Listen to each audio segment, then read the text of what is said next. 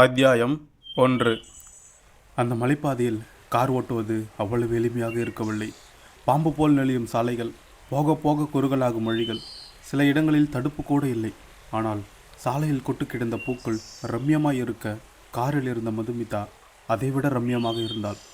Chocolate நிற முகம், அதில் அலைப்பாயும் கண்கள், தோல் வரை இருக்கும் குறைவான கூந்தல், நீல நிற சல்வார் கமிஸில் பார்க்க நவீனமாயிருந்தாள். சுற்றியிருந்த அழகான காட்சிகளை அவள் ரசித்து கொண்டிருக்க, பவன் திடீரென காரை நிறுத்தினான். முன்னால் நடுரோட்டில் 4-5 பேர் உட்கார்ந்து குடித்து கொண்டிருந்தனர். காரின் ஹாரனை பலமாக பலமுறை அழுத்தினான். அங்கிருந்தவர்களில் ஒருவன் திரும்பி பார்த்துவிட்டு அதை பெரிதாக எடுத்துக்கொள்ளாமல் சிக்கன் பக்கோடா துண்டை எடுத்து வாயில் போட்டுக்கொண்டு மீண்டும் குடிக்க ஆரம்பித்தான். பவன் கீழே இறங்கினான். மதுமிதாவை உள்ளே இருக்க சொல்லிவிட்டு அவர்களிடம் நடந்து சென்றான். ப்ரோ, கார் எடுங்க, நடு ரோட்டில் நிறுத்தினா என்ன அர்த்தம்? சாயங்காலம் 6 மணிக்கு மேலே ரோடு மூடிடுவாங்க, நீ கிளம்பு. அப்படி எந்த ரூல்ஸும் இங்கே இல்லை, வழியை விடுங்க. சார், என்ன ஹனிமூனா? பீர் பாட்டிலை கையில் வைத்திருந்தவன் திரும்பி காரில் இருந்த மதுமிதாவை பார்த்து கொண்டே கேட்டான். டேய், உங்களுக்கு அவ்வளோதான் மரியாதை, எழுந்து வழியை விடுங்க. எடுக்கலைன்னா என்ன பண்ணுவீங்க சார்? போலீஸ்க்கு கால் பண்ணுவேன். பண்ணுங்க. போலீஸ் வர 2 மணி நேரம் ஆகும். அது வரைக்கும் நீங்களும் உங்கள் பொண்டாட்டியும் இங்கே தனியாக தான் இருக்கணும். பரவாயில்லையா? பவன் நிலைமையை புரிந்து கொண்டான். நீங்களாம் யார்? உங்களுக்கு என்ன வேணும்? அப்படி கேளுங்க சார். ஒரு 10,000 கேஷ் தள்ளுங்க. என்னடா பகல் கொள்ளையா?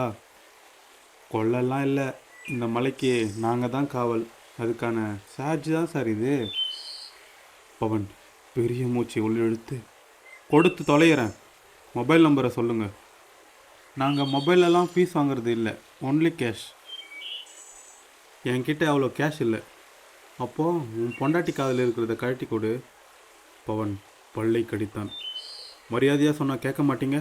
தர முடியாது, உங்களால் முடிஞ்சதை பார்த்துக்கோங்க. பவன் சொல்லிவிட்டு கோபமாக காரை நோக்கி நடந்தான். அந்த நால்வரும் வேகமாக காரின் அருகே போனார்கள். காரில் இருந்த மதுமிதா கீழே இறங்கினாள். பவன், அந்த பொறுக்கிக்கு கிட்ட என்ன பேச்சு? வழிவிடலைன்னா விட்டுருங்க, நம்ம கீழே போயிட்டு பார்த்துக்கலாம். போலீஸ்கிட்ட சொல்லி ஜெயிலில் தூக்கி போட்டால் தான் சரிப்பட்டு வருவானுங்க. நீல நிற டிஷர்ட் அணிந்திருந்தவன் ஓடி வந்து மதுமிதாவின் கையை பிடித்தான். யாரடி பொறுக்கின்ற? மதுமிதா அவன் கன்னத்தில் ஓங்கி ஒரு அறை விட்டாள். அவன் கையில் இருந்த பீர் பாட்டிலை அவள் மேல் பீச்சி அடித்து பேயாக சிரித்தான். இப்போ நீயும் பொறுக்கிதாண்டி. அதற்குள் பவனுக்கு அடிகள் விழுந்திருந்தது. அவனை கீழே தள்ள அவர்கள் முயற்சித்த போது பின்னாடி கார்ஹாரன் சத்தம் பலமாக கேட்டது. அவர்கள் வேகமாக அந்த இடத்தை விட்டு நாலாபுறமும் ஓடி காட்டிற்குள் நுழைந்தார்கள். அந்த கார் நின்றது. அதிலிருந்து 50 வயது மதிக்கத்தக்கவர் இறங்கி வந்தார். இவர்களை பார்த்ததும் பதட்டமாய் ஓடி வந்தார். Are you all right? Yes, Pavan பதில் சொன்னான். இப்போல்லாம் இங்கே இது மாதிரி அடிக்கடி நடக்குது. இவனுங்களை கேட்க ஆளே இல்லாமல் போயிடுச்சு. ஆமாம், 2 பேரும் எங்கே போயிட்டு வரீங்க? நாங்கள் நியூலி மேரிட் கப்புள் சார், ஹனிமூனுக்காக வந்தோம். பொழுது போகிறதுக்கு முன்னாடி வந்திருக்கலாம்ல. கொஞ்சம் புது வழியாக இருந்துச்சு சார், இதுக்கு முன்னாடி இங்கே வந்ததில்லை, தான் டைம் ஆயிடுச்சு. ஆல்ரைட், வாங்க போகலாம். அவனுங்க ஃபாலோ பண்ணி வந்தாலும் வருவானுங்க. எந்த ஹோட்டல் போகிறீங்க? Rose Friday sir. அது ரொம்ப லாங் ஆச்சே. நீங்கள் பாரிஜாதம் வேணும்னா ட்ரை பண்ணுங்கள், ரொம்ப நேரம் ட்ராவல் பண்ண வேண்டிய அவசியம் இருக்காது என சொல்லிவிட்டு ஹோட்டல் அட்ரஸை கொடுத்து விட்டு அங்கிருந்து கிளம்பி சென்றார். மதுமிதாவிற்கு உடல் மதுவால் நனைந்திருந்தது. உடல் முழுவதும் மதுவின் வாசம் வயிற்றை புரட்டியது. பவன் ஹோட்டல் பாரிஜாதம் செல்லலாம் என முடிவெடுத்து காரை செலுத்தினான். ஹோட்டல் பாரிஜாதம் விசாலமாயிருந்தது. பின்புறம் லிம்போர்ட்ஸ் வகை மரங்கள், முன்புறம் ரகரகமான கார்கள், ஆங்காங்கே ஆங்கிலமும் தமிழும் கலந்த உரையாடல்கள். பவன் ரிசப்ஷனுக்கு சென்று ரூம் புக் செய்து மதுமிதாவை ஹோட்டல் அறைக்குள் அழைத்து சென்றான். சிறிது நேரத்தில் மதுமிதா குளித்து முடித்துவிட்டு ஈரத்தலையை உணர்த்தி கொண்டிருந்தாள். பவன் அவளிடம், டின்னர் என்ன இருக்குன்னு பார்த்துட்டு வரேன் என்று சொல்லிவிட்டு அங்கிருந்து கிளம்பி சென்றான். மதுமிதா டிவியை ஆன் செய்தாள். ரிமோட்டை எடுத்து சேனலை மாற்ற முயன்றாள். ரிமோட் வேலை செய்யவில்லை. அதை பெட் மேல் தூக்கி எறிந்தாள். ரிமோட்டின் பின்புறம் ஏதோ எழுதியிருந்தது. எடுத்து பார்த்தாள். டேஞ்சர், இங்கிருந்து சென்று விடுங்கள். அத்தியாயம் 2. வெங்கையா காலையில் எழுந்து வீட்டிலிருந்து கிளம்பி தோட்டத்து பக்கம் சென்றார். கரும்பு தன் வளர்ச்சியில் பாதியை எட்டியிருந்தது. சுற்றியிருந்த கால்முகட்டை கடந்து பம்ப் செட்டிற்கு வந்தார். அதை திறந்து உள்ளே இருக்கும் பச்சை நிற பட்டனை அழுத்தினார். மெஷின் கடக் கடக் என தன் ஓட்டத்தை ஆரம்பித்தது. வெங்கையா மண்வெட்டியை எடுத்துக்கொண்டு 4வது வரப்புக்கு சென்றார். நீர் பாயாத இடத்துக்கு வரப்பை வெட்டிவிட்டார். எண்ணி 4வது நிமிடம் தண்ணீர் சிவப்பு நிறத்தில் வந்தது. வரப்பை பின்தொடர்ந்து போய் வலது மூலையில் திரும்பினார். வரப்பின் மேல் வெட்டப்பட்ட நிலையில் பெண் சடலம். வெங்கையா பின்னோக்கி விழுந்து கத்தி அலறி உடல்களில் சேரை பூசிக்கொண்டு புழுதி பறக்க ஓடினார்.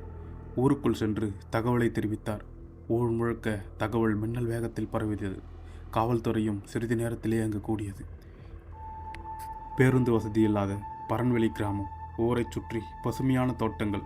அதில் ஒன்றில்தான் அந்த பெண் இறந்து கிடந்தாள். இன்ஸ்பெக்டர் மலையப்பனும் சப் இன்ஸ்பெக்டர் கண்ணனும் தங்களுடைய ஆய்வு பணியை தொடங்கினர். பின்னாடியே தடவியல் துறையும் உள்ளே வந்து சேர்ந்தது. கண்ணன், முகம் தெளிவாக இருக்கு, ஃபோட்டோ எடுத்து இந்த ஊர்க்காரங்க கிட்ட விசாரிச்சு பாருங்க. அவரை அனுப்பிவிட்டு மலையப்பன் இன்ச் பை இன்ச்சாக அந்த உடலை ஆராய்ந்தார். 25 வயதிலிருந்து 30 வயது இருக்கலாம். கழுத்தில் தாலி இருந்தது. வயிற்றில் 4 இடத்தில் குத்தி இரத்தம் வெளியேறி இருந்தது. பச்சை நிற புடவை சேற்றின் அழுக்கில் மந்தமாக தெரிந்தது.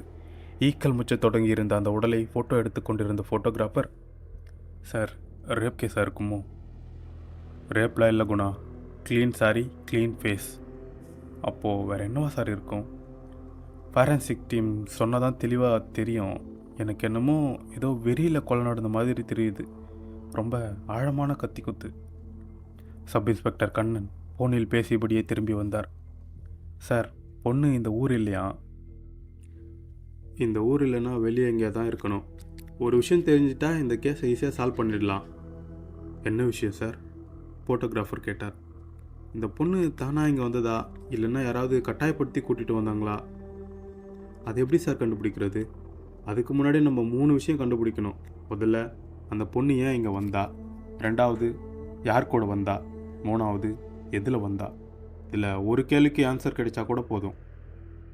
ஊர்க்காரங்க வாட்ஸ்அப் குரூப் ஏதாவது வச்சுருந்தா இந்த பொண்ணு ஃபோட்டோவை அனுப்பி யாராவது கூட்டிகிட்டு வந்தாங்களா, இல்லைன்னா ரிலேட்டிவ்ஸ் யாராவது இந்த பொண்ணுக்கு இருக்காங்களான்னு விசாரிச்சு பாருங்கள். இன்னொரு முக்கியமான விஷயம், அந்த பொண்ணு ஊருக்குள்ளே போயிட்டு ரிட்டர்ன் வர்றப்போ கொலை செய்யப்பட்டாளா, இல்லைன்னா ஊருக்குள்ளேயே போகலையா, அதையும் செக் பண்ணணும். இதில் எந்த ஒரு க்ளூ கிடைச்சாலும் நம்ம கேஸை ஈஸியாக மூவ் பண்ணலாம். தடவியல் நிபுணர்கள் பம்பரமாய் சுழல காவலர்களும் தீவிரமாய் விசாரிக்க ஆரம்பித்தனர். அன்று மாலையே அவர்களுக்கு ஒரு அதிர்ச்சி செய்தி கிடைத்தது. அத்தியாயம் 3. டின்னர் என்ன இருக்கின்றது என பார்த்து வருகிறேன் என்று சொன்ன பவன் அந்த ஹோட்டலின் மெனு கார்டை கேட்டான். பிரதான செஃப் அதை அவனிடம் காட்ட டின்னருக்கு தந்தூரி சிக்கனும் சப்பாத்தியும் 2 சாம்பார் சாதமும் ஆர்டர் செய்தான். அப்போது ரிசப்ஷன் அறையிலிருந்து ஃபோன் வந்தது. சார், வெளியே வந்து நீங்கள் பார்க் பண்ணியிருக்க காரை வேறு இடத்துல இடணும், கொஞ்சம் வரீங்களா? பவன் வெளியே வந்தான். அவனுக்கு பின்னால் 2 கார்கள் நின்று இருந்தன. அதனையும் உரிமையாளர்கள் வேறு பக்கம் நிறுத்தி கொண்டிருந்தனர். வாட்ச்மேனிடம் சென்று, ஏன் காரை அந்த பக்கம் விட சொல்கிறீங்க? சார், இன்னும் கொஞ்சம் நேரத்தில் விஐபி யாரோ வராங்களாம். நிறைய கார் வந்துட்டு இருக்குது. அதனால் இந்த இடத்த முழுசாக அவங்களுக்கு தர சொல்லியிருக்காங்க. நீங்கள் அந்த பக்கம் நிறுத்திக்கோங்க. விஐபி கலாச்சாரத்தை கடுமையாக மனதில் திட்டி கொண்ட பவன் வேண்டா வெறுப்பாக காரை வேறு இடத்தில் நிறுத்திவிட்டு அழுத்து கொண்டே ரூமிற்கு வந்தான். கதவு திறந்திருந்தது. உள்ளே மதுமிதா இல்லை. ரிசப்ஷன் அறைக்கு வந்தவன் அவளை பற்றி விசாரித்தான். அவளை யாரும் பார்க்கவில்லை என்பதே பதிலாக வந்தது. அவனுக்கு லேசாக பதற்றம் தொற்றிக்கொண்டது. ஹோட்டல் முழுவதும் தேடிவிட்டான். அவள் கிடைக்கவே இல்லை. போலீஸுக்கு ஃபோன் செய்வதை தவிர அவனுக்கு வேறு வழியில் இருக்கவில்லை. போலீஸ் அங்கு வர கிட்டத்தட்ட 2 மணி நேரங்களுக்கு மேலானது. கான்ஸ்டபிள் அரவிந்தும் லிங்கமும் வந்திருந்தார்கள். பவன் ரிசப்ஷனிலேயே உட்கார்ந்திருந்தான். போலீஸ் வந்ததும் எழுந்து நின்றான். Sir, I am Pavan. நான் தான் உங்களை வர சொன்னது. சொல்லுங்கள், என்ன பிரச்சனை? ஏதோ மிஸ்ஸிங் கம்ப்ளைண்ட்னு சொன்னீங்க. சார், என் மனைவி தான் மிஸ்ஸிங். எப்போல இருந்து? நைட்டு 7 மணிக்கு நான் மதுமிதாவை கடைசியாக பார்த்தேன், அவ்வளோதான். பவன் கொண்டாபுரத்துக்கு வந்ததிலிருந்து அங்கு நடந்த அனைத்து விஷயங்களையும் சொல்லி முடித்தான். கவனமாய் கேட்டுக்கொண்டிருந்த காவலர்கள், உங்களுக்கு அந்த பசங்க மேலே டவுட் ஏதாவது இருக்கா? நிச்சயமாக இருக்குது சார். வர்ற வழியில் அவ்வளோ கலாட்டா பண்ணாங்க. சரி, ஓகே, கொஞ்ச நேரம் வெயிட் பண்ணுங்கள், நான் சார்கிட்ட பேசிட்டு வரேன். லிங்கம் சப் இன்ஸ்பெக்டர் பூபேஷ்குமாருக்கு கால் செய்தார். சார், பாரிஜாதம் ஹோட்டலில் பொண்ணு மிஸ்ஸிங்னு வந்தோம்ல, கேஸு எமர்ஜென்சி தான் சார். அந்த பொண்ணு எங்கே இருக்கான்னு தெரியல. முக்கியமாக அவங்க கொண்டாபுரம் மலைப்பாதையில் வரும்போது 4 பேர் அவங்கள வழிமறிச்சிருக்காங்க. இன்னொன்று சார், இந்த ஹோட்டலில் சிசிடிவி கேமராஸ் எதுவுமே இல்லை. கேட்டால் ப்ரைவசி அது இதுன்னு சொல்கிறானுங்க. என்ன சார் பண்ணட்டும்? நீங்கள் சுற்றி இருக்க இடங்களில் முதல்ல விசாரிங்க. நான் நேரில் வரேன். கான்ஸ்டபிள் லிங்கம் பவனிடம், சார் நேரில் வராங்க. நீங்கள் பதட்டப்படாமல் கொஞ்ச நேரம் வெயிட் பண்ணுங்கள். எப்படியும் இந்த நைட்டு உங்கள் மனைவியை கண்டுபிடிச்சிடலாம். கான்ஸ்டபிள் அவனிடம் மதுவிதாவின் போட்டோவை மொபைலில் பரிமாறிக்கொண்டு வெளியே தேடச் சென்றார். பூபேஷ்குமாருக்கு அந்த ஹோட்டலுக்கு வந்தபோது மணி 12ஐ கடந்து ஓடிக்கொண்டிருந்தது. கண்களில் நீரை பெருக்கியிருந்த பவனிடம் வந்து பேசினார். நீங்கள் தான் மிஸ்டர் பவனா? ஆமாம் சார். நீங்கள் தங்கியிருந்த ரூம் எதுன்னு காட்டுங்க, சர்ச் பண்ணணும். பவன் அழைத்து சென்றான். அறை நவீனமாகவும் சுத்தமாகவும் பிரகாசிக்க பெட்மேல் 2 லக்கேஜ் பேக்குகள், ஒன்று திறந்து கிடந்தது. முன்புறம் 32 அங்குல சோனி பிரேவியா டிவி இருவரின் முகங்களையும் பிரதிபலித்து காட்டியது. பவன், நீங்கள் வந்ததும் ஏதாவது அன்யூஷுவலாக தெரிஞ்சுதா? அப்படி எதுவும் இல்லை சார். நீங்கள் உள்ள நுழைஞ்சதும் என்ன பண்ணீங்க? சார், நான் வந்ததும் ரெஸ்ட் ரூம் க்ளீனாக இருக்கான்னு பார்த்துட்டு ஏசி ஆன் பண்ணி பெட் மேலே படுத்துட்டேன். கொஞ்ச நேரம் டிவி பார்க்கலான்னு ஆன் பண்ணால் ரிமோட் வேலை செய்யலை. ஓரமாக வச்சுட்டு படுத்துட்டேன். உங்கள் ஒய்ஃப் என்ன பண்ணாங்க? அவள் வந்ததும் குளிச்சா சார். அவள் ட்ரெஸ் ஃபுல்லாக பீர் ஊற்றிருந்தானுங்க. கான்ஸ்டபிள் சொன்னார். நீங்கள் என்ன நினைக்கிறீங்க பவன்? உங்கள் ஒய்ஃப் மிஸ் ஆனதை பற்றி யாராவது கடத்திருப்பான்னு உங்களுக்கு சந்தேகம் எதனா இருக்கா? சார், இந்த புது இடத்துல நான் என்ன சொல்ல முடியும்? மோரோவர், நான் ஐடி ஃபீல்டில் இருக்கேன். படித்து முடித்து வீட்லேயே தான் இருந்தா. எங்களுக்கு கல்யாணமாகி 1 மந்த் தான் சார் ஆகுது. அதுக்குள்ளே இந்த மாதிரி நடந்துருச்சு. அதுவும் இல்லாமல் மதுவை கடத்துகிற அளவுக்கு யாருக்கும் எந்த நோக்கமும் இருக்க முடியாது. பணத்துக்காக கடத்துகிற அளவுக்கு நாங்கள் ரிச் கிடையாது, மிடில் கிளாஸ் தான். நானும் இப்போ தான் சார் வேலைக்கு போயிட்டு காரையே வாங்கினேன். ஆனால் அந்த பசங்க மேலே மட்டும் எனக்கு கொஞ்சம் டவுட் இருக்குது சார். பூபேஷ்குமாருக்கு ஃபோனில் ஒரு செய்தி கிடைத்தது. பவன், நம்ம உடனே கிளம்பணும் என்றார். அவர் கண்களில் ஒருவித அதிர்ச்சி. அத்தியாயம் 4. பரன்வெளி கிராமம் பரபரப்பாக இருந்தது. கரும்பு தோட்டத்தில் காணப்பட்ட பெண்ணின் உடலை பற்றி விசாரணைகள் தீவிரமடைந்தன. இன்ஸ்பெக்டர் மலையப்பனுக்கு கிடைத்த தகவல் படி அந்த பெண் முந்தைய இரவு 8 மணிக்கு அந்த ஹைவே ரோடில் இறங்கியது தெரிந்தது. இன்னும் அதிகமான தகவல்களை தெரிந்து கொள்ள மலையப்பன் பஸ் டிப்போவிற்கு சென்றார். மணிமாறன் டிராவல்ஸ் டிரைவர் மதியம் சாப்பிட்டு விட்டு பேருந்தின் கடைசி சீட்டில் படுத்து கொண்டிருந்தார். ஃபோன் செய்த கண்டக்டர் சுவாமிநாதன் இன்ஸ்பெக்டர் வந்ததும் அலர்ட் நெருக்கி வந்தார். சார், இருங்க, டிரைவரை எழுப்பிட்டு வரேன். அழுத்து கொண்டே எழுந்த டிரைவர் போலீஸ் யூனிஃபார்மை பார்த்ததும் தூக்கத்திலிருந்து உடனடியாக எழுந்தார். சுவாமிநாதன், உங்களுக்கு பரன்வெளி கிராமமா? ஆமாம் சார். கொலை செய்யப்பட்ட பொண்ணை நேற்று நீங்கள் பஸ்ஸில் பார்த்தீங்களா? ஆமாம் சார், இதே பஸ்ஸில் தான் வந்தாங்க. சார், நான் உங்களை நேரில் வர சொன்னதுக்கு ஒரு முக்கியமான காரணம் இருக்குது. என்ன?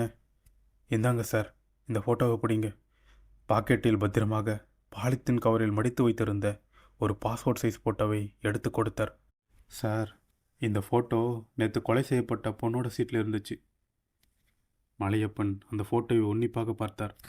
சுவாமிநாதன், பஸ்ஸில் எவ்வளோ பேர் வராங்க போகிறாங்க, அந்த பொண்ணு தான் இதை வச்சாங்கன்னு எப்படி சொல்கிறீங்க? சார், அந்த பொண்ணு சீட்டில் சின்னதாக கீறல் போட்டு இதை உள்ளே வச்சுருக்கு. நைட்டு நாங்கள் பஸ் நிப்பாட்டினப்போ அந்த சீட் கிழிந்துருந்துச்சு. நான் கூட யாரோ இப்படி பண்ணிட்டாங்கன்னு திட்டிகிட்டு இருந்தேன். சார், இன்னொரு விஷயமும் இருக்குது. நான் சொன்னேன்னு நீங்கள் ஊரில் சொல்லக்கூடாது. தெரிஞ்சால் என்னை கொன்னே போட்டுருவானுங்க.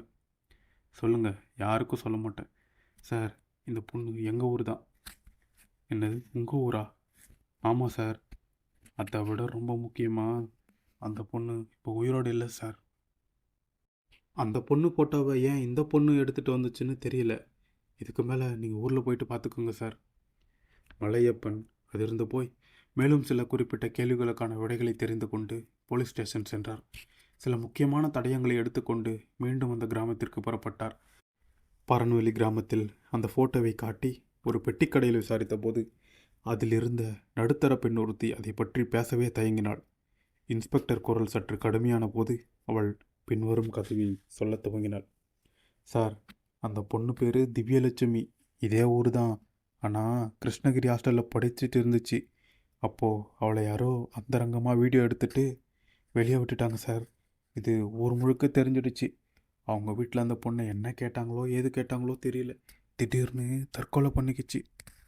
என்னது, தற்கொலையா? இந்த ஊரில் அது மாதிரி கேஸ் எதுவும் வந்ததா போலீஸ் ரெக்கார்டில் இல்லையே. போலீஸுக்கெல்லாம் எதுக்கு சார் போகணும்? விஷயம் தெளிகிறதுக்குள்ளே அந்த பொண்ணை சுடுகாட்டுக்கே கொண்டு போயிட்டானுங்க. அந்த பொண்ணோட வீட்டு அட்ரஸ் கிடைக்குமா? சார் வேண்டாம் சார். அவங்க வீட்டில் இருக்கவங்களே மனசுடைஞ்சு போயிருக்காங்க. அவங்க முதல்ல போஸ்ட்மார்ட்டம் பண்ணாமல் தற்கொலைன்னு நீங்களாவே முடிவு பண்ணதே பெரிய தப்பு. இதை தேடி வந்த இன்னொரு பொண்ணு வேறு செத்துருக்கு. எங்கேயோ இடிக்குது. எதையும் விசாரித்து பார்த்து தாம்மா என்னன்னு சொல்ல முடியும். நாமளாவே கற்பனை பண்ணிக்கிறது நியாயமே கிடையாது. அந்த பெண் அதற்கு மேல் எதுவும் பேசாமல் அந்த பெண்ணின் விலாசத்தை தெரிவித்தாள். இன்ஸ்பெக்டர் உடனடியாக அங்கிருந்து சென்றார். நீளமான 6 தெருக்கள் அடங்கிய அந்த ஊரின் சந்தில் இருந்தது அந்த பெண்ணின் வீடு. இன்ஸ்பெக்டர் கதவை தட்டியதும் ருக்மிணி கதவு திறந்தாள். அவரை பார்த்ததும் அவள் கண்களில் கலவரம். உள்ளே வரலாமா? வாங்க சார். வீட்டினுள்ளே குருதேவன் உட்கார்ந்திருந்தார். அவரால் நடக்க முடியவில்லை. சுவரில் இன்ஸ்பெக்டர் கையில் இருந்த அந்த பெண்ணின் புகைப்படம் பூமாலையுடன் சுவரில் தொங்கிக் கொண்டிருந்தது. அதன் கீழே அலமாரியில் அடுக்கி வைத்திருந்த அவளின் புத்தகங்கள் இன்னும் அதே அழகில் பராமரிக்கப்பட்டிருந்தது. தொந்தரவுக்கு மன்னிக்கணும். உங்கள் பொண்ணு இருந்தது விஷயமா கொஞ்சம் உங்ககிட்ட பேசணும். எனக்கு உங்கள் நிலைமை புரியுது. ஆனாலும் இதை விட்டால் வேறு வழி எனக்கு இல்லை. சார், ரொம்ப உடஞ்சி போயிருக்கோம் சார். நாங்கள் வெளியே கூட போகிறதில்ல. காய்கறி வாங்க கூட அசிங்கப்பட்டுட்டு என் தம்பி தான் சார் அதையும் வாங்கிட்டு வந்து தரான். நாங்கள் உயிரோடு இருக்கிறதே ரொம்ப பெரிய விஷயம் சார். புரியுதுமா. ஆனால் விவகாரம் இப்போ ரொம்ப பெருசாக போயிடுச்சு. நேற்று ஒரு பொண்ணு இறந்தவங்க பொண்ணை தேடி வந்திருக்கா. ஊருக்குள்ளே வர்றதுக்கு முன்னாடியே கொலை செய்யப்பட்டிருக்கா. ஒருவேளை உங்கள் பொண்ணு திவ்யலட்சுமி இறந்திருக்கான்னு அவளுக்கு தெரிஞ்சிருந்தா அப்போது இந்த பொண்ணு உங்களை தான் பார்க்க வந்திருக்கணும். ஸோ நீங்கள் சொல்கிற பதிலில் தான் இந்த கேஸை நான் அடுத்த கட்டத்துக்கு கொண்டு போக முடியுமா? சார், நான் என்னத்தை சார் சொல்லுவேன்? அவள் எவன் கூட சுற்றிட்டு இருந்தா சார். அவளை வீடியோ எடுத்துகிட்டு அதை ஊர் முழுக்க போட்டுட்டான் சார். விஷயம் கேள்விப்பட்டு நாங்கள் என்ன ஏதுன்னு கேட்கறதுக்கு முன்னாடியே அவள் தூக்கு மாட்டி இறந்துட்டா சார். ருக்மணி கதறி அழுதாள். அம்மா, அழாதீங்க ப்ளீஸ். அந்த பையனை நீங்கள் பார்த்துருக்கீங்களா? இல்லை சார், அவன் யாருன்னு கூட எங்களுக்கு தெரியாது. அந்த மானங்கெட்டவனை பார்த்து எனக்கு என்ன சார் ஆக போகுது? நான் பெற்றதே சரியில்லை. அவள் மீண்டும் அழ ஆரம்பித்தாள். மாமா ப்ளீஸ் அழ வேண்டாம். நான் இன்னும் எதுவும் கேட்கல. கிளம்புறேன். ஆனால் ஒன்று மட்டும் சொல்லிட்டு போகிறேன். முதல்ல நம்ம வீட்டில் இருக்க பசங்களை நாம் நம்பணும். ஒரு பொண்ணோட அந்தரங்க வீடியோவை வெளியில் வந்துட்டா அவள் கெட்டவன் ஆகிட மாட்டா. எதையும் விசாரிக்காமல் பேசுகிறது ரொம்ப தப்பு. அதுவும் அந்த பொண்ணோட அம்மா நீங்களே இப்படி பேசுகிறது அதை விட மகா தப்பு. நீங்கள் ஹெல்ப் பண்ணலைனாலும் பரவாயில்ல. உங்கள் பொண்ணுக்கு என்ன நடந்துச்சுன்னு நான் கண்டுபிடிக்கிறேன். இன்ஸ்பெக்டர் சொல்லிவிட்டு கோபமாக கிளம்ப திவ்யலட்சியின் அப்பா தடுமாறி எழுந்து கொண்டு புத்தக அலமாரியில் கைவிட்டு ஒரு மொபைல் ஃபோனை எடுத்தார். சார், இதில் என்ன இருக்குது ஏது இருக்குன்னு எங்களுக்கு தெரியாது. ஆனால் இது உங்களுக்கு உதவுன்னு நம்புகிறேன். இதை வச்சுக்கோங்க சார் என்றார். அத்தியாயம் 5. காணாமல் போன மதுமிதாவை தேடிக்கொண்டிருந்த சப் இன்ஸ்பெக்டர் பூபேஷ்குமார் பக்கத்தில் இருந்த பாரிலிருந்து கான்ஸ்டபிள் லிங்கம் அழைக்க பவனையும் அழைத்து கொண்டு அங்கே சென்றார். 15 நிமிட பயணத்தில் தேஷா வைன்ஸ் பளபளத்தது. உள்ளே கான்ஸ்டபிள் அரவிந்த் ஒருவனை அடித்து டேபிள் மேல் உட்கார வைத்திருந்தார். என்ன லிங்கம், யார் இவன்? சார், நான் மதுமிதாவை தேடிட்டு இருந்தப்போ எனக்கு ஒரு கால் வந்துச்சு. பாரில் குடிச்சிட்டு யாரோ சண்டை போட்டு இருக்காங்கன்னு சொன்னாங்க. வந்து பார்த்தா 4 பேர் அடிதடி பண்ணிட்டு இருந்தாங்க சார். 3 பேர் தப்பிச்சு ஓடிட்டானுங்க. இவன் தான் கிடைச்சான். இவனை செக் பண்ணப்போ பாக்கெட் ரொம்ப பணம் சார். அதோடு இல்லாமல் இவன் கையில் பவனோட கார் நம்பரும் எழுதியிருந்தான் சார். லிங்கம், பவன் வெளியே நிற்கிறாரு, கூட்டிகிட்டு வாங்க. பவன் வந்து நின்றான். சார், இவன் ரோட்டில் எங்களை வம்பிழுத்தவன் சார். அரவிந்த், இவனை அறைக்கு அந்த பக்கமாக கூட்டிகிட்டு வாங்க. பூபேஷ்குமார் கீழே இருந்த பீர் பாட்டில் ஒன்றை எடுத்துக்கொண்டு அங்கே சென்றார். அவன் போதையில் தள்ளாடி கொண்டு இருந்தான். அரவிந்த், அவன் தலையை நிமித்துங்க. சார், போதையில் இருக்கான், விசாரிக்கிறது ரொம்ப கஷ்டம், நமக்கு வேறு வழி இல்லை என்று சொன்ன பூபேஷ்குமார் பீர் பாட்டிலை பக்கத்தில் இருந்த பாறை ஒன்றில் போட்டு உடைத்தார். அதில் ஒரு சீசாவை எடுத்து அவனுடைய கையை கிழித்தார். அலறிய அவன் வாயை லிங்கம் துணியால் மூடினார். டே நாய, ஒழுங்கு மரியாதையாக அந்த பொண்ணை எங்கே வச்சுருக்கீங்கன்னு சொல்லிவிடு. வீணா உதப்பட்டு சாவாத. சார், நான் ஒன்றும் பண்ணலை. அப்புறம் ஏன்டா இவர்கிட்ட ரவுடிசம் பண்ணீங்க? இவர் கார் நம்பர் எப்படி உன் கையில் வந்துச்சு? மதுமிதா எங்கடா? அவன் ஒன்றும் சொல்லாமல் தலையை தொங்க போட்டான். பூபேஷ்குமார் சீசாவால் இன்னொரு கையை கிழிக்கப் போனார். சார், சார் வேண்டாம் சார், நாங்கள் ஒன்றும் பண்ணலை சார். அவர் சொன்ன மாதிரி செஞ்சோம், அவ்வளோதான். அதுக்காக அவர் பணம் கொடுத்தாரு. அதோட அவருக்கும் எங்களுக்கும் இருக்கிற உறவு முறிஞ்சிருச்சு. யாரா பணம் கொடுத்தது? சார், அது இவருக்கே தெரியும். பின்னாடி காரில் வந்தவர். அவரா? சார், நான் சொன்னேன்ல என்னை ஒருத்தர் காப்பாற்றினாருன்னு. அவரை சொல்கிறான் சார் இவன். டே நாய, பொய்யா சொல்கிற? அவன் கன்னத்தில் பளீரென ஒரு அறை. சார், சத்தியமாக அவர் தான் சார் கொடுத்தாரு. அப்போது அந்த பொண்ணு மதுமிதா எங்கடா? சார், எனக்கு என்ன சார் தெரியும்? நாங்கள் சும்மா கொடுத்த காசுக்கு நடித்தோம், அவ்வளோதான். அதுவும் இந்த சரக்குக்காகத்தான் சார். ஆளை கடத்துகிற அளவுக்கெல்லாம் எங்களுக்கு தைரியம் கிடையாது சார். அந்த ஆள் ஏன் இவங்களை இப்படி பண்ண சொன்னாங்கன்னு உனக்கு ஏதாவது தெரியுமா? அதை பற்றிலாம் ஒன்றும் தெரியாது சார். உன் கூட இருந்தவங்க எங்கே ஓடினாங்க? சார், அவனுங்க எங்கேயாவது மட்டையாக இருப்பானுங்க சார். காலையில் நானே அவங்கக்கிட்ட உங்களை கூட்டிகிட்டு போகிறேன். என்னை விட்டுருங்க சார். வேணும்னா நானே கூட உங்ககிட்ட கூட்டிகிட்டு வந்து அவங்கள ஒப்படைக்கிறேன். அப்படியெல்லாம் உன்னை இவ்வளோ சீக்கிரம் விட்டுற முடியாது. நீ ஜீப்பில் ஏறு. பவன், வழியில் அந்த ஆள் ஏன் அவனே ஆளை செட் பண்ணி அவனே காப்பாற்றவும் செய்யணும்னு புரியலையே. நீங்கள் அவனை வேற எங்கேயாவது பார்த்துருக்கீங்களா? இல்லை சார், நான் எங்கேயும் அவரை பார்த்ததில்லை. சரி வாங்க பார்ப்போம். பூபேஷ்குமார் அனைவரையும் போலீஸ் ஜீப்பில் ஏற்றி கொண்டு சென்றார். ஹோட்டல் பாரிஜாதம். ரிசப்ஷன் அறை நிசப்தமாக கிடந்தது. அரை இருட்டில் ஒருவன் உட்கார்ந்து கொண்டு டிவியில் ஓடிய பழைய படத்தை பார்த்து கொண்டிருக்க அவன் முன்னால் 2 டிவி ரிமோட்கள். இவர்கள் வந்தவுடன் எழுந்து நின்றான். போலீஸ் யூனிஃபார்மில் இருந்த பூபேஷ்குமாரை பார்த்ததும் அவன் கண்களில் கலவரும். தம்பி, உங்கள் மேனேஜரை வர சொல்லு. சார், அவர் தூங்கிட்டு இருப்பார். வர சொல்லு.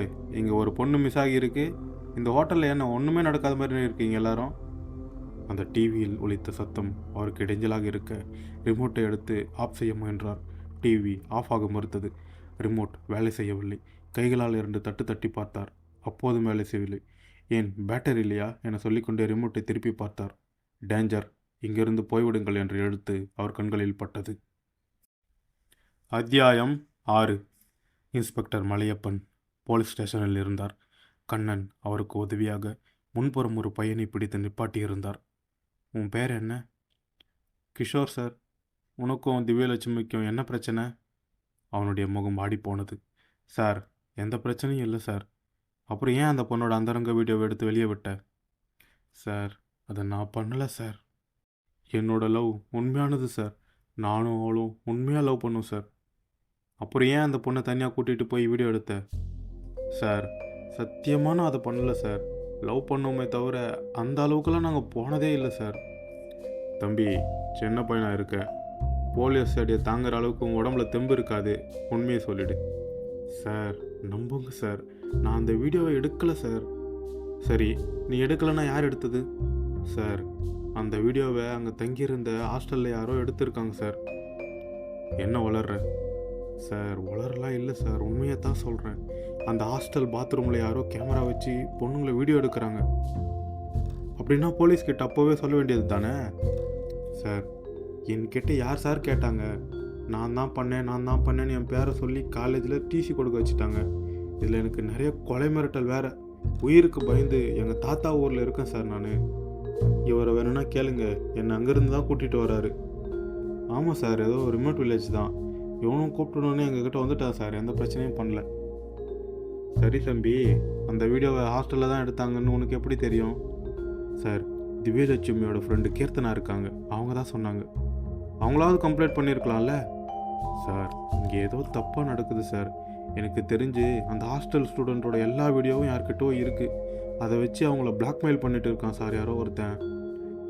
அப்போது கீர்த்தனா உங்ககிட்ட மட்டும் எப்படி சொன்னாங்க? சார், நான் உண்மையாக லவ் பண்ணது அவங்களுக்கு தெரியும் சார். ஆனால் அவங்களும் யார்கிட்டவும் சொல்லாதுன்னு தான் இதை என்கிட்ட சொன்னாங்க. சரி, நீ கீர்த்தனாவுக்கு கால் பண்ணு. சார், தப்பாக ஏதாவது ஆகிட போகுது. இனிமேல் திவ்யலட்சுமி மாதிரி யாருக்கும் ஆகக்கூடாதுன்னா இதை நாங்கள் செஞ்சு தான் ஆகணும். பண்ணு. கிஷோர் கால் செய்தான். கீர்த்தனா, சொல்லு கிஷோர், எப்படி இருக்க? நான் ஓகே தான். ஆனால் என்னாச்சு கீர்த்தனா? இல்லை, திவ்யலட்சுமி வீட்டுக்கு எங்கள் அக்காவை அனுப்பியிருந்தேன். நேற்று போனால் இன்னும் வீட்டுக்கு வரல. அதான் கொஞ்சம் நர்வஸாக இருக்குது. திவ்யலட்சுமி வீட்டுக்கு ஏன் அனுப்புனேன்? இல்லைடா, அவங்க வீட்டில் எல்லாரும் அவளை தப்பாக நினச்சிட்டு இருக்காங்கடா. அவங்களுக்கு என்ன நடந்துச்சுன்னு தெரிய வேணாமா? அதான் அக்கா கேட்ட அட்ரஸ் கொடுத்து பார்த்துட்டு வர சொன்னேன். இன்ஸ்பெக்டர் மலையப்பன் அவனிடமிருந்த ஃபோனை வாங்கி கொண்டு தன்னுடைய காதில் பொருத்தினார். கீர்த்தனா, நான் இன்ஸ்பெக்டர் மலையப்பன் பேசுகிறேன். இன்ஸ்பெக்டரா? எஸ். உங்கள் வாட்ஸ்அப் நம்பருக்கு ஒரு ஃபோட்டோ அனுப்புகிறேன். அவங்கள உங்களுக்கு தெரியுமான்னு கொஞ்சம் பார்த்து சொல்லுங்கள். இன்ஸ்பெக்டர் கரும்பு தோட்டத்தில் இருந்து கிடந்த பெண்ணின் ஃபோட்டோவை அவருக்கு அனுப்பி வைத்தார். சார், இவன் என் அக்கா மைதிலி தான் சார். என்னாச்சு அவளுக்கு? நான் சொல்கிற இடத்துக்கு நேரில் வாங்க, சொல்கிறேன். அத்தியாயம் 7. டேஞ்சர். இங்கிருந்து போய்விடுங்கள் என்ற எழுத்துக்கள் தெரிந்தவுடன் பூபேஷ்குமார் அந்த ரிசப்ஷனிஸ்டை முறைத்து பார்த்தார். தம்பி, உங்கள் மேனேஜரை உடனடியாக இங்கே வர சொல்லுங்கள். சார், அவர் இங்கே இல்லை சார். இப்போ தானே தூங்கிட்டு இருப்பாருன்னு சொன்னேன். இல்லை சார், அவர் யார் கேட்டாலும் அப்படி தான் சொல்ல சொன்னார். சரி, நீ இந்த ஹோட்டலில் இருக்கிற எல்லாரையும் போயிட்டு எழுப்பு. சார், மணி 3 ஆகுது, நல்லா தூங்கிட்டு இருப்பாங்க. டேய், போறியா இல்லையா? இங்கே இருக்கிறவங்க உயிரே ஆபத்தில் இருக்குது. இதில் என்ன தூக்க வேண்டி கிடக்கு? போயிட்டு எழுப்பு. எல்லாரும் இப்போ இங்கே வந்தாகணும். அப்படியே அந்த லெஜரை டேபிள் மேலே வச்சுட்டு போ. தூங்கிக் கொண்டிருந்தவர்கள் முனகிக் கொண்டே ஒவ்வொருவராக எழுந்து வந்தார்கள். ஒரு சிலர் கதவையே திறக்கவில்லை. பலமுறை தட்டி பின் போலீஸ் வந்திருப்பதை கதவருகே சொல்லிய பிறகே சில பேர் கதவை திறந்தார்கள். கிட்டத்தட்ட 50 பேர் அங்கே கூடினார்கள். பூபேஷ்குமார் மொபைலில் இருந்த மதுமிதாவின் ஃபோட்டோவை எடுத்து அனைவருக்கும் காட்டினார். இந்த பொண்ணு நைட்டில் இருந்து மிஸ்ஸிங், யாராவது பார்த்தீங்களா? கண்களை கசக்கி கொண்டு நைட் ட்ரெஸ்ஸில் இருந்த ஒரு இளம்பெண், பார்த்தேன் சார் என்றாள். எங்கே மேடம் பார்த்தீங்க? சார், ரிசப்ஷன் கிட்ட அவங்க ஏதோ பேசிகிட்டு இருந்தாங்க. ஏதோ ரூமில் பிரச்சனைன்னு சொன்னாங்க. இவர் சரியாக பதில் சொல்லலை, அப்புறம் வெளியே போயிட்டாங்க. டே தம்பி, ஜெயிலுக்கு போனோம், ரெடி ஆயிரு. எல்லாம் கேம் ஆடுறீங்களாடா? பார்த்துக்கிறேன்டா உங்களை. லிங்கம், ரூமை தரவாக செக் பண்ணுங்க. இனிமேல் அந்த ரூமில் யாரையும் அலோவ் பண்ணாதீங்க. டேய், உங்கள் மேனேஜருக்கு ஃபோன் போட்டு உடனே வர சொல்லு என அவர் சொல்லி கொண்டிருக்கவும் அந்த கருப்பு நிற கார் உள்ளே நுழைந்தது. மேனேஜர் உள்ளே இவ்வளவு கூட்டத்தை பார்த்ததும் இறங்கி ஓட பார்த்தார். அவன் சட்டைக்கு பின்புறம் துளி துளியாய் இரத்தக்கரைகள். அத்தியாயம் 8. இன்ஸ்பெக்டர் மலையப்பன் கீர்த்தனாவை ஸ்டேஷனுக்கு வரச் சொல்லி அந்த பெண் கொலை செய்யப்பட்ட சம்பவத்தை கூறினார். கீர்த்தனா அழுது புலம்போது அங்கிருந்தவர்களின் கண்களை கலங்க வைத்தது. அவளை மார்ச்சுவரிக்கு அழைத்துச் செல்லும் முடிவை கைவிட்ட இன்ஸ்பெக்டர் அவளை உட்கார வைத்து சில முக்கியமான கேள்விகளை கேட்டார். அவள் சொன்ன பதில்கள் ஒவ்வொன்றும் அதிர்ச்சிக்கு மேல் அதிர்ச்சியாக இருந்தது. கீர்த்தனாவை ஜீப்பில் அனுப்பிவிட்டு அவள் அம்மா அப்பாவை மார்ச்சுவரிக்கு கூட்டிச் சென்று அடையாளம் காட்டுமாறு சப் இன்ஸ்பெக்டர் கண்ணனிடம் தெரிவித்துவிட்டு கீர்த்தனா தங்கியிருந்த லேடிஸ் ஹாஸ்டல் பக்கம் சென்றார். ஹோட்டல் பாரிஜாதத்தில் மேனேஜர் இரத்தக்கரைகளுடன் வந்தார். அவரை ஸ்பெஷலாக விசாரித்த பூபேஷ்குமார் சில திடுக்கிடும் உண்மைகளை தெரிந்து கொண்டார். லிங்கம், இவன் சொல்கிறத ரெக்கார்ட் பண்ணுங்க. சார், இந்த ஹோட்டல் அறையில் இருக்க பல ரூமில் கேமரா இருக்குது. சுற்றி இருந்தவர்கள் திடுக்கிட்டு போனார்கள். உன் ஃபோனை ஹேண்ட் ஓவர் பண்ணு. அவன் சட்டைப்பையில் இருந்த கேமராக்களை எடுத்து கொடுத்தான். சொல்லு. சார், அவங்க குளிக்கிறது, ட்ரெஸ் மாற்றுறது எல்லாம் இந்த கேமராவில் பதிவாகும். அதை நானும் செல்வராஜும் சில பேருக்கு விற்று காசாக மாற்றிக்குவோம். பூபேஷ்குமாருக்கு அவனை அங்கேயே கொன்றுவிட வேண்டும் போலிருந்தது. பொறுத்து கொண்டு அவன் சொல்வதை கேட்டார். மதுமிதாவை என்ன பண்ண? பாத்ரூமில் மதுமிதா குளிக்கும்போது அந்த ஹிடன் கேமராவை பார்த்துட்டா. அதை போலீஸில் சொல்லணுன்னு நைட்டே இங்கேருந்து கிளம்பணுன்னு அவள் ஹஸ்பண்டை தேடிட்டு வந்தா. அதுக்குள்ளே பவனை காரை வேறு இடத்துல பார்க் பண்ண சொல்லிவிட்டு அவளை கடத்தி கொண்டு போயிட்டோம். இப்போ மதுமிதா எங்கடா?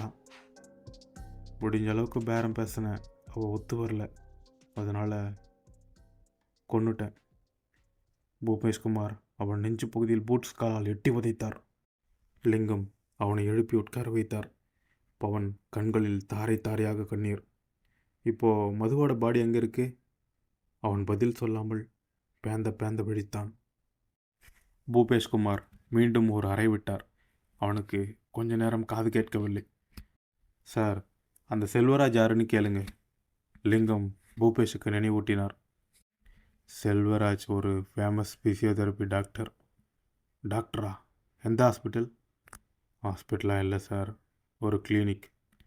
அரவிந்த், நம்ம ஆளுங்களை வர சொல்லி மதுமிதாவை பாடியை ரெஸ்கியூ பண்ண ஏற்பாடு பண்ணுங்க. இந்த நாயையும் கூட்டிகிட்டு போங்க. நான் செல்வராஜை பார்த்துட்டு வரேன். இவனை கேர்ஃபுல்லாக பார்த்துக்கங்க. இவங்ககிட்ட இருந்து யாருக்கும் எந்த தகவலும் போகக்கூடாது. டே நாயை, செல்வராஜ் அட்ரஸ் சொல்கிறா. அவன் சொல்ல குறித்து கொண்டு அங்கேருந்து கிளம்ப தயாரானார். பவன், நீங்கள் வீட்டில் இருக்கவங்கள வர சொல்லுங்கள். கொஞ்ச நாளைக்கு நீங்கள் தனியாக இருக்க வேண்டாம். அவன் தோள்களை தட்டி கொடுத்து அங்கிருந்து கிளம்பினார். மறுநாள் காலை 10 மணி.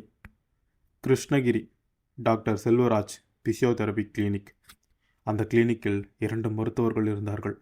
எஸ்ஐ பத்மா நீல நிற சேலையில் எடுப்பாக இருந்தாள். அவள் முன் டாக்டர் செல்வராஜ்.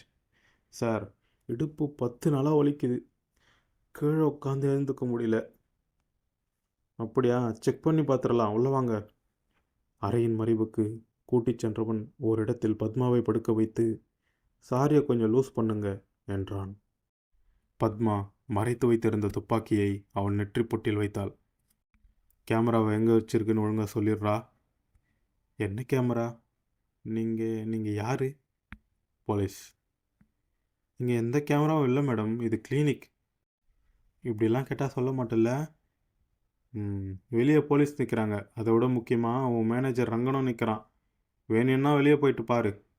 டாக்டர் செல்வராஜ் வெளியே சென்று பார்க்க போலீஸார் நின்று இருந்தனர். பார்த்துவிட்டு உள்ளே வந்தான். மேடம், இங்கே சொல்கிறியா ஸ்டேஷனுக்கு போனோமா? அவன் எல்இடி லைட் மாட்டும் ஒரு ஹோல்டரை கழட்டி, இதில் தான் இருக்கு மேடம். உன்னோட ஃபோனை ஹேண்ட் ஓவர் பண்ணுறா. வா, வெளியே போகலாம். வெளியே பூபேஷ்குமார், லிங்கன், அரவிந்த், மேனேஜர் ரங்கன் நின்றிருந்தனர். எஸ்ஐ பத்மா செல்வகுமாரை கைது செய்து ஜீப்பில் ஏற்றிய போது இன்னொரு போலீஸ் ஜீப் வந்தது. அதில் பரண்வெளி கொலையை விசாரித்து கொண்டிருந்த மலையப்பன், சப் இன்ஸ்பெக்டர் கண்ணன், கீர்த்தனா, திவ்யலட்சுமியின் காதலன் கிஷோர் அனைவரும் அதில் வந்து இறங்கினர். பூபேஷ்குமார் இன்ஸ்பெக்டர் மலையப்பனுக்கு சல்யூட் வைத்தார். சார், நீங்கள் அரெஸ்ட் பண்ணிட்டு இருக்கிற இவனைத்தான் நாங்களும் தேடிட்டு வந்தோம். என்ன கேஸ் சார்? கிருஷ்ணகிரி லேடிஸ் ஹாஸ்டலில் ஹிடன் கேமரா வச்சு பொண்ணுங்க அந்தரங்கத்தை வீடியோ எடுத்து இதை ஒரு பிஸ்னஸாக பண்ணிட்டு இருந்திருக்கான். ஒரு பொண்ணோட வீடியோ லீக் ஆகி அது தற்கொலை பண்ணிக்கிச்சு. இன்னொரு பொண்ணை கொலை பண்ணியிருக்கான். இங்கேயும் தான் சார், கொண்டாபுரம் டூரிஸ்ட் ஸ்பாட்டில் இருக்க ஹோட்டலில் கேமரா வச்சு வேலையை பார்த்துருக்கானுங்க. இதுலேயே ஒரு பொண்ணு மர்டர் சார். இவங்களது பெரிய நெட்வொர்க்காக இருக்கும் போல இருக்கே. ஆமாம் சார், நான் சார்கிட்ட சொல்லிட்டேன். டிஎஸ்பி கொஞ்சம் நேரத்தில் ஸ்டேஷன் வரேன்னு சொன்னார். இல்லை, இது எஸ்பி சார்கிட்ட தான் சொல்லணும். இவனை லோக்கல் ஸ்டேஷனில் கூட்டிகிட்டு போகாதீங்க, டிஸ்ட்ரிக்ட் ஸ்டேஷனுக்கு கூட்டிகிட்டு போங்க. நான் சார்கிட்ட பேசுகிறேன். அன்று மாலை கிருஷ்ணகிரி எஸ்பி செய்தியாளர்களுக்கு பேட்டி கொடுத்து கொண்டிருந்தார். பின்புறம் மலையப்பனும் கண்ணனும் பூபேஷ்குமாரும் நின்றிருந்தனர். காவல்துறை சார்பா நான் உங்களுக்கு ஒரு வேண்டுகோள் வைக்கிறேன். இப்போது இந்த டிஜிட்டல் வேர்ல்டில் ப்ரைவசி அப்படின்ற பேச்சுக்கே இடமில்லை. அதுவும் குறிப்பாக நீங்கள் வெளியே கிளம்பி ஒரு இடத்துல ஸ்டே பண்ணுறது இப்போது ரொம்ப டேஞ்சராக மாறிட்டு வருது. அதுக்கு தடுக்க காவல்துறை பல கட்ட முயற்சிகள் எடுத்தாலும் அவ்வளோ ஈஸியாக இந்த விஷயத்தை தடுக்க முடியலை. இதுக்கு காரணம் டிஜிட்டல் புரட்சி. கேமரா ஈஸியாக எல்லார் கையிலும் கிடைக்குது. அதுவும் இல்லாமல் pen camera, clock camera, button camera, key camera, light camera, wall camera, hairpin camera அப்படின்னு எல்லா வகையிலும் கிடைக்குது. அது வாங்குறது ரொம்ப ஈஸி அண்ட் ரொம்ப சீப் அண்ட் சிம்பிள். ஒரு 200 ரூபாய்க்கு இருந்தால் போதும், இந்த வேலையை ஈஸியாக நம்ம பண்ணிடலாம். ரொம்ப வருத்தத்தக்க வகையில் கிருஷ்ணகிரி டிஸ்ட்ரிக்டில் செல்வராஜ் அப்படின்ற டாக்டர் சுமார் 16 இடத்துல கேமரா செட் பண்ணி லேடிஸ் வீடியோ எடுத்து ஸ்டோர் பண்ணி மொபைலில் அப்லோட் செஞ்சு அதை ஒரு பிஸ்னஸாக நடத்தியிருக்கார். கொண்டாபுரம் டூரிஸ்ட் ஸ்பாட்டில் 1 கேர்ள் டெத், அப்புறம் பரநெல்லி கிராமத்தில் 2 கேர்ள்ஸ் டெத் அப்படின்னு இப்போ வரைக்கும் 3 பேர் இதில் இறந்துருக்காங்க. இது சம்மந்தமாக 15 லேப்டாப்ஸ், 225 வீடியோஸ், 1000+ ஃபோட்டோஸ் நாங்கள் காவல்துறை சார்பாக கைப்பற்றியிருக்கோம். இந்த டிஸ்ட்ரிக்டில் மட்டும் இப்படின்னா தமிழ்நாடு முழுக்க எப்படி இருக்குன்னு பாருங்கள். நம்ம ஸ்டேட் மட்டும் இல்லாமல் இந்தியாவோட மெஜாரிட்டி ஸ்டேட்டில் இந்த மாதிரி நிறைய விஷயம் நடந்துட்டு வருது. போலீஸ் டிபார்ட்மெண்ட் சார்பாக 22 தனிப்படை அமைச்சு இந்த மாதிரி கம்ப்ளைண்ட்ஸ் எங்கெங்கே இருக்கோ விசாரிக்க சொல்லியிருக்கோம். மக்கள் யாராவது இதனால் பாதிக்கப்பட்டு இருந்தால் தயவு செஞ்சு போலீஸ் ஸ்டேஷனில் கம்ப்ளைண்ட் கொடுங்க. மிக முக்கியமாக வெளியே ஸ்டே பண்ணும்போது ரூம் சேஃபாக இருக்கான்னு செக் பண்ணிவிட்டு தங்குங்க. அதை எப்படி செக் பண்ணணுன்னு அவேர்னஸ் வீடியோ காவல்துறை சார்பாக வரையில் நாங்கள் வெளியிடுறோம். ஸோ மக்கள் தயவு செஞ்சு அலர்ட்டாக இருக்கணும்னு கேட்டுக்கிறோம். கைதான செல்வராஜுக்கு அதிகபட்ச தண்டனையை வாங்கித்தர எல்லா நடவடிக்கையும் காவல்துறை மேற்கொள்ளும். அதற்கு நான் உங்களுக்கு பொறுப்பேற்கிறேன். நன்றி.